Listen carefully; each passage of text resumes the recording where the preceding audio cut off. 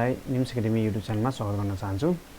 आज यस भिडियो ट्युटोरियलमा हामी सिम्पल इन्ट्रेस्ट निकाल्ने प्रोग्राम गर्ने छौं। यदि हामीलाई प्रिन्सिपल, टाइम र रेट दिएको छ भने सुरुमा हामी कमान्ड लेख्छौं rim to find the simple interest। त्यसपछि म CLS गर्नु होला, CLS क्लियर स्क्रिन। हामीले भ्यालु लिनु पर्ने हुन्छ, त्यही भएर input enter the principal double inverted comma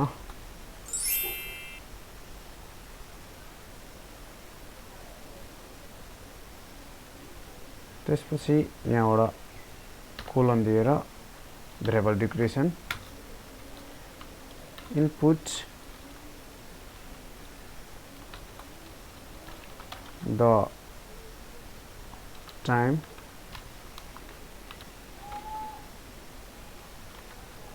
colon दिएर लाई t भन्ने भेरिएबलमा declare input rate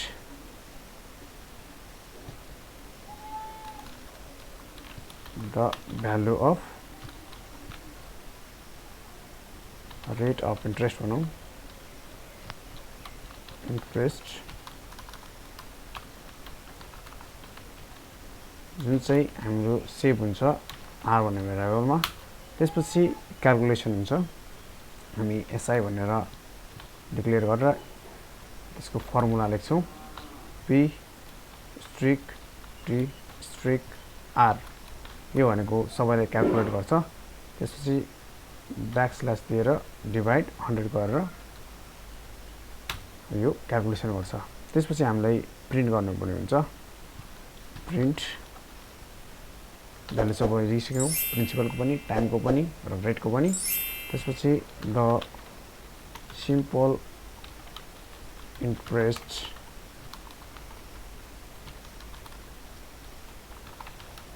is rupees। यहाँ चाहिँ हाम्रो डबल क्लोज इन्भर्टेड कमा क्लोज कमा दिएर कसलाई कल गर्ने, SI लाई कल गर्ने। त्यसपछि प्रोग्राम इन्ट। अब हामी हेरौं प्रोग्राम रन गरेर F5 थिच्छु।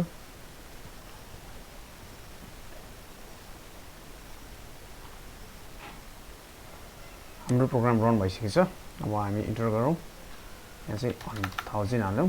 त्यसपछि टाइम भनेको 2 इयर्स, रेट भनेको 10%, अब 200 हाम्रो सिम्पल इन्ट्रेस्ट चाहिँ 200 हुने रहेछ। फेरि हामी अर्को प्रोग्राम पनि गरौँ, लाई म क्लियर गर्छु, control A to find the perimeter and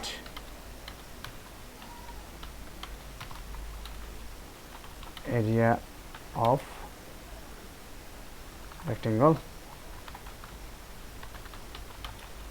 if length is given, है, if length is given।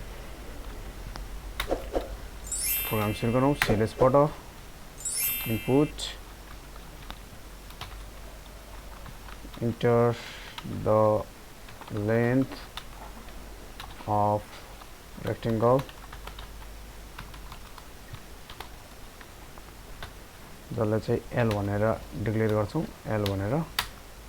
त्यसपछि क्याल्कुलेसन हुन्छ A इक्वल्स टु हाम्रो एरिया भनेको L into B। हामी सुरुमा ब्रेथ लियौं, लाई पेस्ट गरौँ। यहाँ चाहिँ breadth BRE breadth of rectangle, breadth चाहिँ b मा इनिशियलाइज हुन्छ त्यसपछि हामी एरिया गरौँ एरिया अथवा ए गर्न सक्नुहुन्छ ए गरौँ है a equals to l asterisk b